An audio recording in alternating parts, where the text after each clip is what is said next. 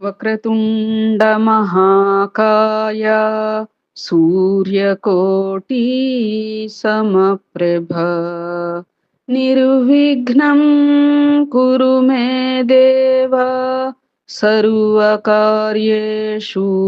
సర్వదా గురు బ్రహ్మా గురుర్విష్ణు గురుర్దేవో మహేశ్వరః గురు సాక్షాత్ పరబ్రహ్మ తస్మై శ్రీ గురవే నమః. శరదా శరదాంభోజ వదనా వదనాంబుజే సర్వదా సర్వదాస్మాకం సన్నిధిః సన్నిధిం క్రియాత్. ఓం గం గణపతయే నమః. సద్గురవే నమః. శ్రీ మహాసరస్వత్యై నమః. మనము సంపూర్ణ హనుమత్ చరిత్రం షష్టమోధ్యాయ పరంగా చెప్పుకుంటున్నామమ్మా. నేటితో షష్టమోధ్యాయం మనకి పూర్తవుతుంది.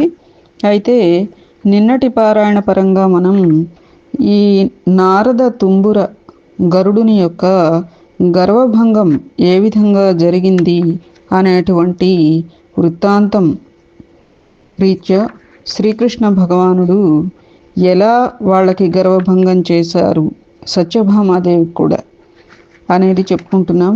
అయితే అంతకు ముందుగా మనం నిన్నటి పారాయణలోనే పంచముఖ ఆంజనేయ స్వామి వృత్తాంతం, పంచముఖ హనుమంతుడిని కొలవటం వలన కలిగేటువంటి ప్రయోజనాలు, ఆ యొక్క పంచముఖాలకి మూలార్థం ఏమిటి అనేటువంటి అంశాలు కూడా అనేకం చెప్పుకున్నాం. ఏమ్మా, నేటి పరంగా కొనసాగించుకుందామా మరి. శ్రీరామ జయ రామ జయ జయ రామ. గరుడుని హనుమను తోడి తెమ్మనుట.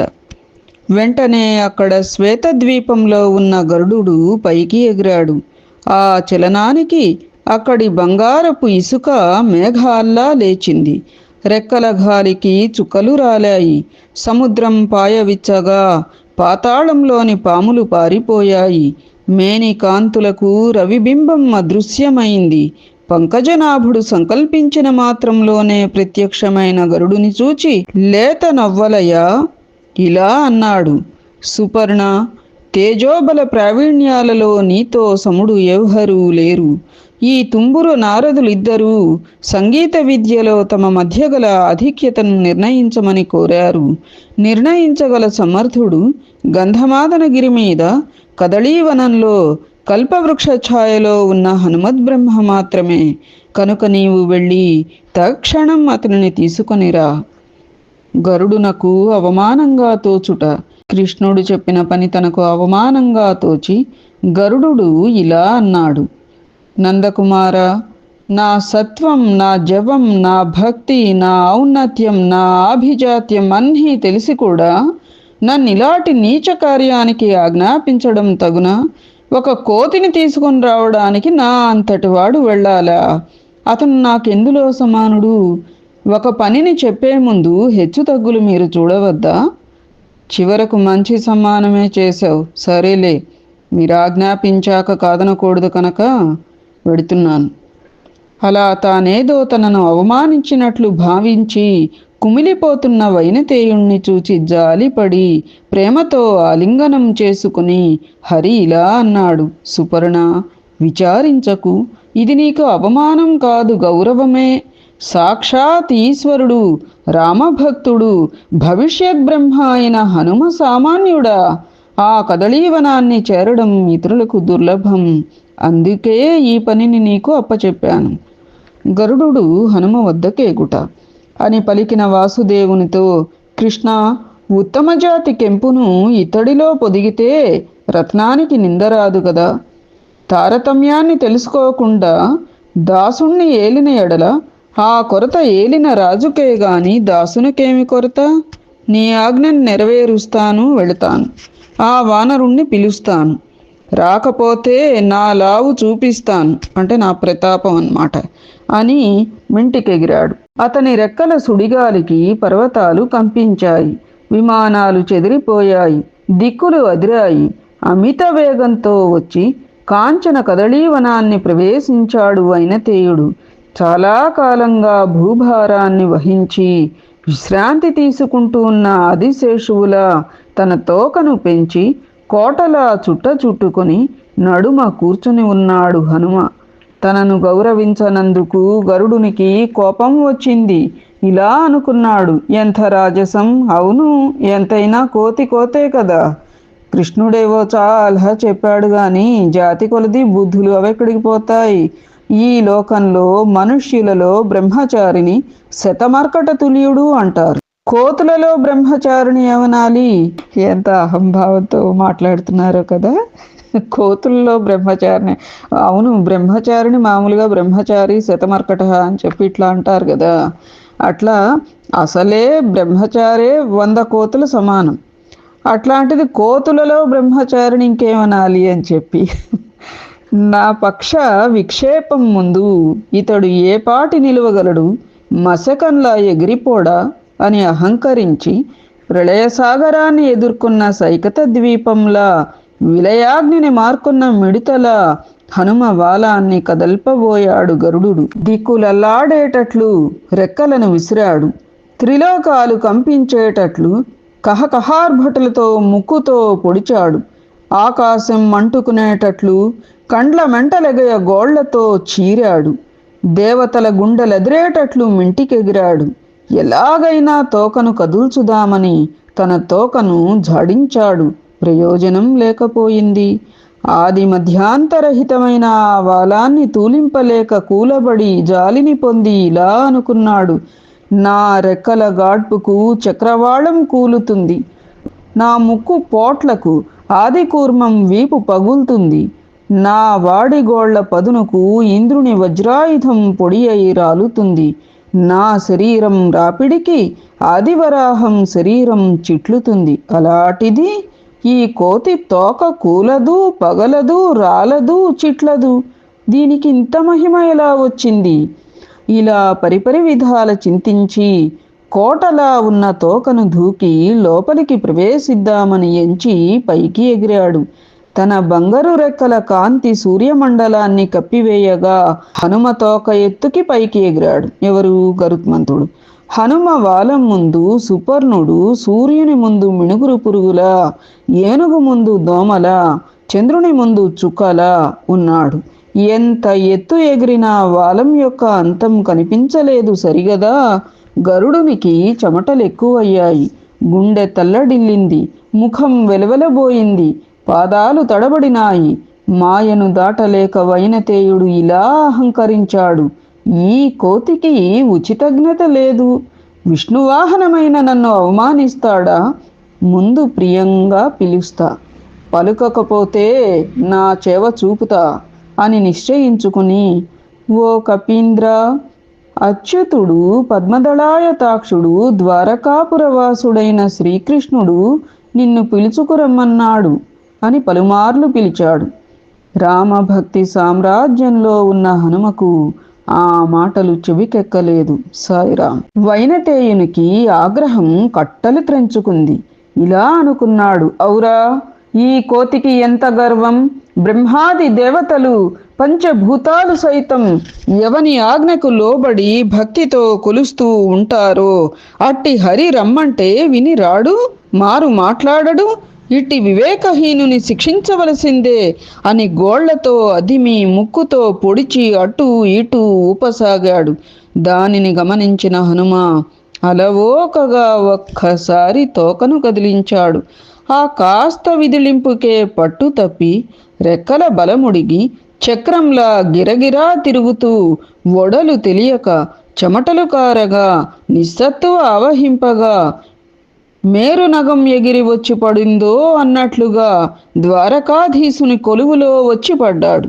నెత్తురు కారగా శరీరం తేజోహీనం కాగా సొంపు దిగజారగా రెక్కలను కదల్పలేక విన్నదనంతో మూర్ఛిల్లిన సుపర్ణుని చూచాడు శ్రీకృష్ణుడు. గరుడుని భంగపాటుకు గల కారణాన్ని ఎరిగి కూడా ఏహీ ఎరుగని వానివలే, అయ్యో పన్నగవైరి, ఈ విన్నబాటు నీకెలా సంప్రాప్తమైంది? ముందెన్నడూ ఇట్టి పాటు ఎరుగవు కదా ఎవరి వలన నీకీ కీడు సంప్రాప్తమైంది అయ్యో అని ఊరడింపు మాటలతో అదిరిపాటుగా పీఠం దిగి ఉత్తరీయం జారగా రెండు వైపులా రుక్మిణి సత్యలు తత్తరపాటుతో రాగా గరుడుని ఎత్తి తొడమీద కూర్చుండబెట్టుకుని రక్తాన్ని తుడిచి దయతో ఎన్నో సేవలు చేసి తిరిగి తెలివి రప్పించాడు శ్రీకృష్ణుడు.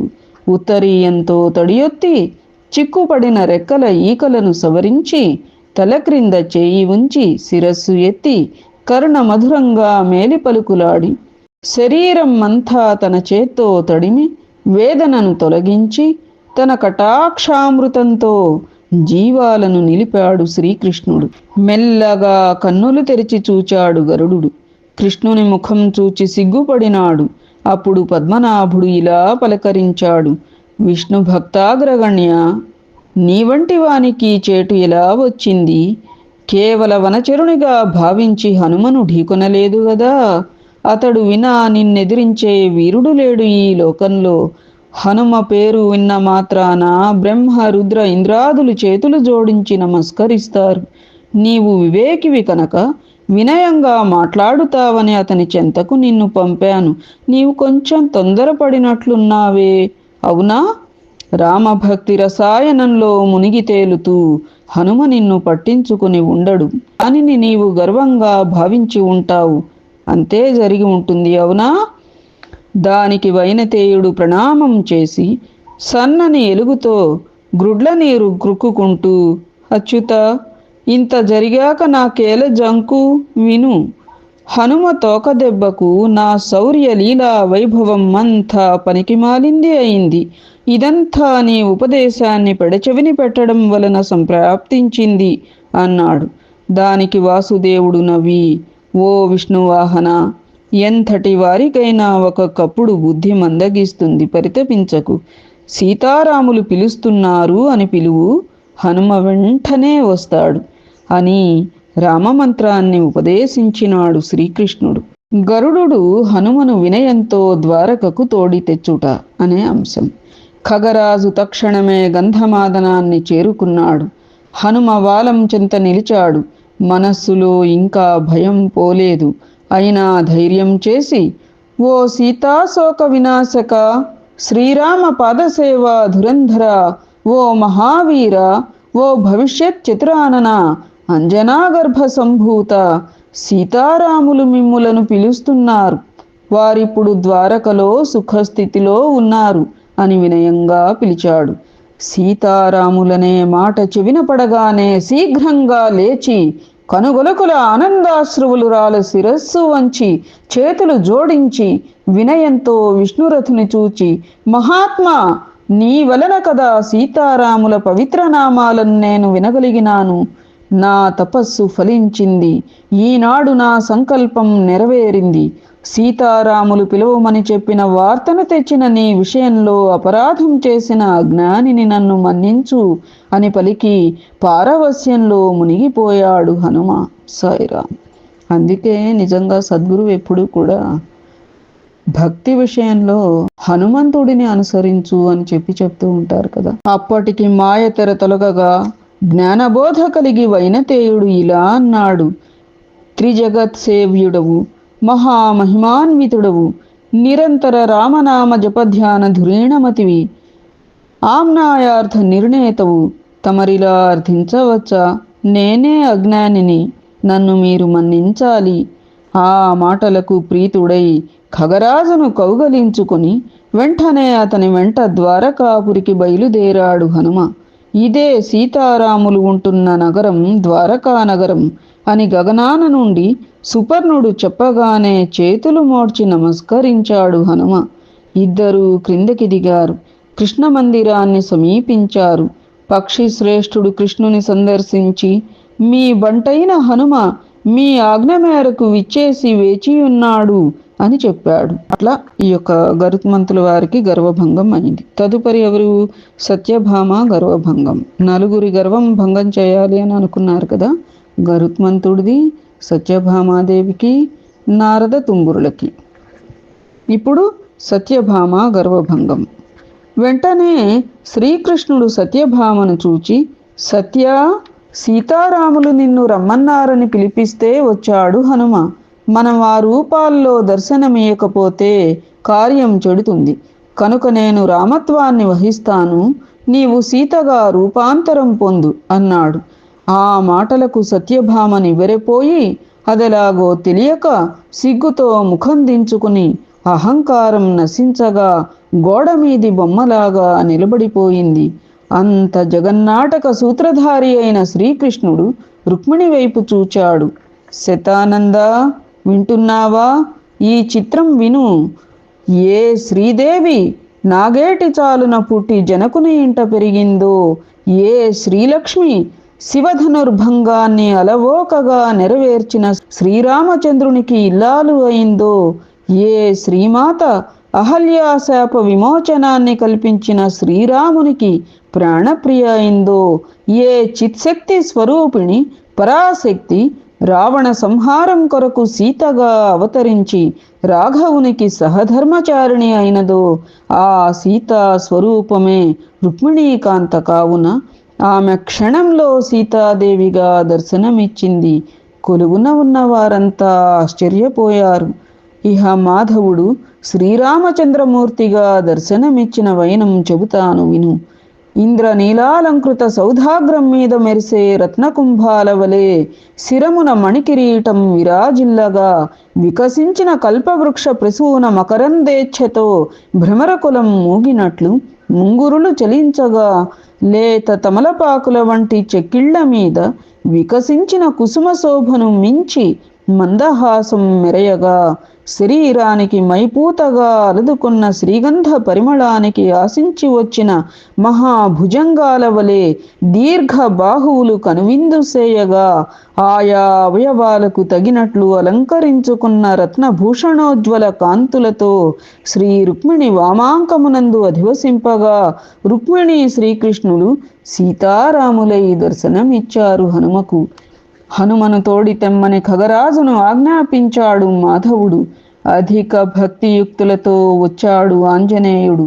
ఎదురుగా మొలక నవ్వుల జిలుగు వెన్నెలలు కురిపిస్తూ ఉన్న వారిని, కొలిచిన వారి కోరికలను తీర్చే కూర్మి దంపతులను, మెరుగు చెంతనున్న మేఘంలా కళలుట్టిపడే కాంతిమూర్తులను, నిశ్చలమైన మనస్సుతో చింతింపదగిన జ్ఞాన స్వరూపులను, సీతారాములను సందర్శించి సంభ్రమంతో కృతార్థోస్మి అని పలికి సాష్టాంగ నమస్కారం ఆచరించి చేతులు జోడించి పరిపరి విధాలు స్తుతించినాడు హనుమ. సాయిరాం. నారద తుంగురుల గానాధిక్యతను హనుమను నిర్ణయించమనుట. ఇక్కడ సత్యభామాదేవికి గర్వభంగం ఎట్లా అయింది అనేది అర్థమైందిగా అమ్మ. ఎప్పుడైతే సీతాదేవిగా రూపాంతరం చెందు అన్నారో ఆవిడ తల వంచుకొని నిలబడిందట. ఎందుకంటే సీతాదేవి ఎంత సౌమ్యము, ఎంత వినయము, ఎంత సాధు ప్రవర్తన కలిగినటువంటి వారు. అట్లాంటి ప్రవర్తన తనకు చేత కాదు, తను అలాంటి ఇది కాదు అన్నట్లుగా ఆవిడికి మనసుకు తెలుసు కాబట్టే అభిమానపడిందనమాట. అప్పుడు రుక్మిణిని అడగంగానే రుక్మిణీదేవి వెంటనే సీతాదేవిగా రూపాంతరం చెందారు. అంటే అప్పుడు సత్యభామకి రుక్మిణీదేవి యొక్క వైశిష్ట్యం సాక్షాత్తు సీతాదేవియే ఈ యుగంలో రుక్మిణీదేవి అనేటువంటి విషయం అర్థమై ఆ రీత్యా ఆవిడికి గర్వభంగం అయింది అన్నట్లుగా మనం తెలుసుకోవాలి. ఇహ ఇంకెవరు? నారద తుంగురులకి గర్వభంగం చేయాలి కదా. తదుపరి అంశం నారద తుంగురుల గానాధిక్యతను హనుమను నిర్ణయించమనుట. రామునిగా దర్శనమిచ్చిన హరి హనుమను గాఢంగా ఆలింగనం చేసుకుని ఇలా అన్నాడు: కుమారా మారుతి, నీ ఉల్లంలో ఎల్లవేళలా మమ్ములనే చింతిస్తూ తపస్సులో ఉన్న నిన్ను పిలిపించిన వార్త ఏమిటి అంటే, ఈ తుంగుర నారదుల గానంలో ఉన్న తారతమ్యాన్ని పరీక్షించి గానాధిక్యతను నిర్ణయించాలి. అందుకే నీ వద్దకు వైనతేయుని పంపించినాను. ఆ మాటలు విన్న హనుమ చేతులు జోడించి, స్వామి, మీ ఆజ్ఞ కాదనరాదు కాన నెరవేరుస్తాను. గాంధర్వేచ భువిశ్రేష్టో బభూవ భరతాగ్రజ అని సత్కవీశ్వరుడైన వాల్మీకిచే స్తుతింపబడిన గాంధర్వ విద్యా ధురంధరులు కదా మీరు. సరే, దీనిని దైవ సంకల్పంగా భావించి నేనెరిగినంత మేరకు నిర్ణయిస్తాను. బొమ్మలాటవాడు బొమ్మలను ఆడించినట్లు జంతువులను త్రిప్పేవారు మీరే కదా. జీవులకు స్వాతంత్ర్యం ఎక్కడ ఉన్నది స్వామి అన్నాడు. రాముని పాదపీఠాన వసించి, ఓ గాయకమణులారా, త్రిజగన్నుతులైన మీ గానకళా తారతమ్యాన్ని ఎంచడానికి నేనెంత వాడిని. ఈ సీతారాముల సన్నిధిలో ఒక్క రాగాన్ని ఆలపించండి అన్నాడు హనుమ. హనుమ పలుకులాలించి నారద తుంబురులిద్దరూ గౌసెన లూడదీసి వీణలు చేబూని తంత్రులు మీటి బిరడలు బిగించి రాగానుసారిగా శృతులను సరిచేసుకుని వీణకున్న తుంబి ఫలం యొక్క ముఖాన్ని అంటే కరివెను నిమిరి ఒక్కసారి జారువాటుగా మీటి స్వరశుద్ధిగా గమకయుక్తంగా అలంకారాలు కొన్ని గీత ప్రబంధాలను సుధామధురంగా పలికించి తానమానాలతో రాగాన్ని రక్తిగా పలికించినారు. వారి గానాన్ని ఆలకించి హనుమ, స్వర సందర్భం సెహబాస్, శృతులు మేలుమేలు, ఠాయం అద్భుతం, ఆలాపన బాపురే, గమకాలు కర్ణపర్వం, గీతసరణి ఔరౌరా, ముక్తాయి భళ అని మెచ్చుకున్నాడు. ఇలాంటి సంగీతాన్ని తేల్చి చెప్పడం నా తరమా? అయినా నేనేర్చిన కొన్ని గీతాలను సీతారాములకు వినిపిస్తాను, మీరు కూడా వినండి అన్నాడు. మారుతి మెచ్చుకోలు వారిద్దరికీ ఆనందదాయకమే అయినా నా సంగీతం వినండి అని హనుమ అనడం వారిద్దరికీ నచ్చలేదు. కోతులన్నీ కలిసి సభ తీరిస్తే కొండముచ్చు అగ్రాసనాధిపత్యం వహించినట్లు ఈ కోతి సంగీతాన్ని తాము వినాలా అని విసుక్కున్నారు. అంత సంగీతాన్ని తాము వినిపించాక ఇంకా వినిపించడానికి ఏం మిగిలింది అని వారి అహంకారం. తమ గానం ముందు ఇతరుల గానం రక్తి కట్టదని వారి నమ్మకం. అతి వినయం ధూర్తత వెల్లడి కాగా వారిద్దరూ తమ వీణలను హనుమకందించారు. నారదుని చేతి వీణను తీసుకుని తంత్రులను బిగించి రక్తిగా పలికించసాగాడు హనుమ. శతానంద విను, హనుమ యొక్క సంగీత శాస్త్ర పాండిత్యాన్ని కొద్దిగా చెబుతాను. అకార ఉకార మకారములనబడే బీజాక్షరత్రయం కలిసి ఓంకారమైంది. దీనినే ప్రణవం అంటారు. అకారం రజోగుణాత్మకం బ్రహ్మ, ఉకారం సత్వగుణాత్మకం విష్ణువు, మకారం తమోగుణాత్మకం రుద్రుడు. ఈ విధంగా ఓంకారం త్రిగుణాత్మకము త్రిమూర్త్యాత్మకము అయింది. అకారం వామనాసాపుట ఈడ, ఉకారం దక్షిణనాసాపుట పింగళ, మకారం తన్మధ్యమైన సుషుమ్న. ఈ విధంగా ఓంకారం నాడీత్రయమైంది. ఈడయే చంద్రుడు, పింగళయే సూర్యుడు, సుషుమ్నయే అగ్ని. ఈ విధంగా ఓంకారం అగ్నిత్రయమైంది. ఆ ఓంకారంలో 10 విధ నాదాలు పుట్టాయి. నాభి ఉదర కంఠస్థానాలు వాటి ఉత్పత్తి స్థానాలు. ఆ నాదాలే వాయుచలనం వలన హృదయ కంఠ శిరస్థానాల నుండి అభివ్యక్తమై మందర మధ్యమ తారకములనబడే 3 స్వరభేదాలను పొందాయి.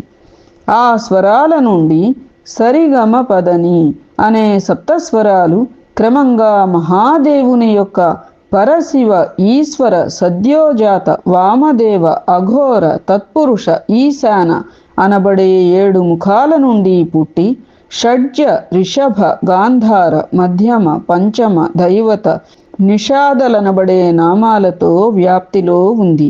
వాటి జన్మస్థానాలు వరుసగా కంఠ శిరః నాస హృదయ ముఖ నాలుక పూర్వాంగములు.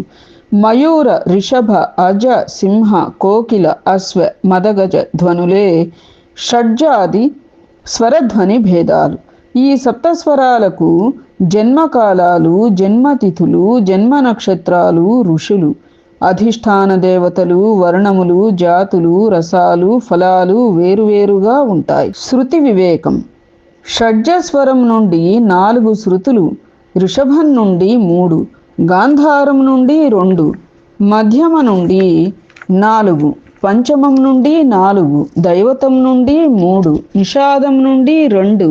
ఈ విధంగా సప్త స్వరాల నుండి 22 శృతులు పుట్టాయి. ఈ శృతులకు 22 శృతి గమకాలు, 7 దేశీ గమకాలు ఉన్నాయి. ఈ స్వర శృతి గమకముల యందు 6 లక్షణాలు గల గీతాలు, ఆ రాగాలకు గ్రామత్రయం, దాని వలన 15 రాగాలు, ఆ రాగాలకు 6 జాతులు, 6 జాతులకు 36 రాగాలు, వాటికి 4 అంగములు, వాటి వలన 106 రాగాలు పుట్టి అనంత కోటి రాగాలుగా విస్తరించింది. సమస్త రాగాలలోనూ 32 రాగాలు లోక ప్రసిద్ధమైనవి. వాద్య వివేకం. తత, ఆనద్ధ, సుషిర, ఘన ఈ 4 చతుర్విధ వాద్యాలు. కాహళ, పటహ, శంఖ, భేరి, జయ ఘంటికలు ఇవి పంచమహావాద్యాలు. వీణాదులు 22 రకాలు. తకారం రుద్రుడు, లకారం పార్వతి, ఆ రెంటి సంపుటియే తాళం. తాళానికి కాల, మార్గ, క్రియ, అంగ, జాతి, కళ, గ్రహ, లయ, యతి, ప్రస్తారం అనేవి దశవిధ ప్రాణాలు. భరత వివేకం. తదుపరి అంశం. శతానంద. హనుమ భరత శాస్త్రంలో కూడా నిష్ణాతుడు, ప్రవర్తకుడు, దర్శనకారుడు. భా అంటే భావం, రా అంటే రాగం, తా అంటే తాళం. భావరాగ తాళములనగా సాహిత్య, సంగీత, నాట్యముల వినియోగం ఇందులో ఉంది కనుక భరతం అయింది. రసములు, భావములు, అభినయములు, ధర్ములు, వృత్తులు, ప్రవృత్తులు, సిద్ధులు, స్వరములు, ఆతోద్యములు, జ్ఞానములు, రంగములు అను ఈ 11 విషయముల స్వరూపమే నాట్యవేదం. అట్టి నాట్యవేదానికి ప్రవర్తకుడు హనుమ. హనుమ తన సంగీతాన్ని వినిపించుట. తదుపరి అంశం. శతానంద. అనేక విద్యలతో పాటు ఈ గాంధర్వాన్ని, భరతాన్ని సూర్యుని నుండి నేర్చుకున్నాడు హనుమ. కొలువులో సీతారాముల ముందు విద్యాతత్వాన్ని తెలుసుకుని తన గాంధర్వ విద్యను మనోధర్మంగా ప్రదర్శించాడు. అతని గానానికి మ్రోడులు చిగిర్చాయి, చంద్రకాంతాలు చెమర్చాయి, సభ్యుల హృదయ పుండరీకాలు వికసించాయి. లోకం సమ్మోహితమైనది. అతని వల్లకి వాద్యానికి రాళ్లు కరిగాయి అంటే సభ్యుల అంతరంగాల మాట చెప్పేదేముంది. హనుమ మేఘరంజని రాగాన్ని వీణావాదనంలో వినిపించాడు. అందులో అతను ప్రదర్శించిన మెళకువలు, ప్రౌఢిమ, రాగాలాపన, గ్రామస్ఫూర్తి, తారలో స్ఫురితనాద ప్రౌఢి, మీటు, కంపితం, ఆందోళితం, మూర్ఛన, శృతులు, డాలు, బహువిధ తానమానాలు వీటికి సభ్యులు మైమరిచిపోయారు. ఆకాశం మేఘావృతమైంది. కొంగలు బారులు తీరాయి. చేతక పక్షులు తమ చిన్ని చిన్ని నోళ్లు తెరిచి ఆకాశం కేసి చూడసాగాయి. నెమళ్ళు పురివిప్పి నాట్యమాడాయి. పాతాళంలో పాములు పడగలెత్తి నర్తించినాయి. వాన పుష్పవర్షంగా జల్లు కురిసింది. సభ్యులలంకరించుకున్న దివ్యమణి విభూషలు కరిగాయి. శశికాంత వేదికలు స్రవించాయి. వైమానికులు పారవస్య వైభవంతో గతులు తప్పారు. దంతపు బొమ్మలు జీవాన్ని పొందాయి. హనుమ వాయిస్తున్నంతసేపు గాంధర్వ విద్యా శ్రేష్ఠుడైన రాఘవుడు మజారే, అయ్యారే, ఔరా, భళ భళ, మేలు మేలు, ఆహా, బాపురే ఇత్యాది ప్రశంసా వాక్యాలను వినిపిస్తూ సీతాసతితో తన ఆనందాన్ని పంచుకున్నాడు. హనుమ వీణా వాదనానికి దగ్గర ఉన్న ఒక రాయి కరిగింది. సభంతా నివ్వెరపోయింది. తదుపరి అంశం. నారద తుంబురుల గర్వభంగం. నారద తుంబురుల తాళపు చిప్పలను తాను తీసుకుని గుండక్రియ రాగాన్ని వీణపై వాయించాడు. ఆ రాయి ఎప్పటట్ల కాఠిన్యాన్ని వహించింది. తన చేతిలోని వీణను నారదునికిచ్చి, ఈ రాయిని కరిగించగలవాడే గాన విద్యాధికుడు ఈ తాళాలను తిరిగి తీసుకొనడానికి అర్హుడు అని నియమం పెట్టాడు. నారద తుంబురులిద్దరూ తమ తమ శక్త్యానుసారం ప్రయత్నించారు. ఆ రాయి కరుగలేదు. ఇద్దరూ తమ వీణలను నేలపై పెట్టి తలలు వంచుకొని నిరహంకారులై సిగ్గుతో మనస్సు కుమిలిపోగా నిశ్చేష్టులై ఉండిపోయారు. అప్పుడు హనుమ, ఓ గాంధర్వ విద్యా ప్రవీణులారా, మీరీ రాయిని కరిగించలేకపోతే మీ తారతమ్యాన్ని నేను ఎలా నిర్ణయించగలను? మీరిప్పుడు మీ తాళపు చిప్పలను నా దగ్గర విడిచిపెట్టి వెళ్ళవలసి ఉంటుంది. వాగ్గేయకారులుగా లోక ప్రసిద్ధి పొందిన మీకు ఇది అవమానం కాదా అన్నాడు. ఇలా ఎత్తి పొడిచేసరికి ఆ ఇద్దరూ మరింత సిగ్గుపడి, ఓ హనుమా, మా మదం అణిగిపోయింది, వెనుకటి మాటలు ఇంకెందుకు, నగుబాటయ్యింది. మా తాళపు చిప్పలను మాకెప్పటి వలనే దయచేయించండి, కృప చూపండి. మీ ముందు గానం చేయడానికి మేమెంతవారం. రాళ్లను సైతం కరిగించే గానం మీది. 14 లోకాలు సంచరించాం, కానీ నీవలే కఠినమైన గ్రావాన్ని కరిగించగల గాన విద్య పరతంత్రుని చూడలేదు. నిన్ను ఏమని స్తుతించాలి? భానుతేజుడవని ప్రస్తుతించెదమన్నా పుట్టినప్పుడే భాను పట్టినావు. వనధి గంభీరుండవని నుతించెదమన్నా కడలి మైవడిలోతుగాంచినావు.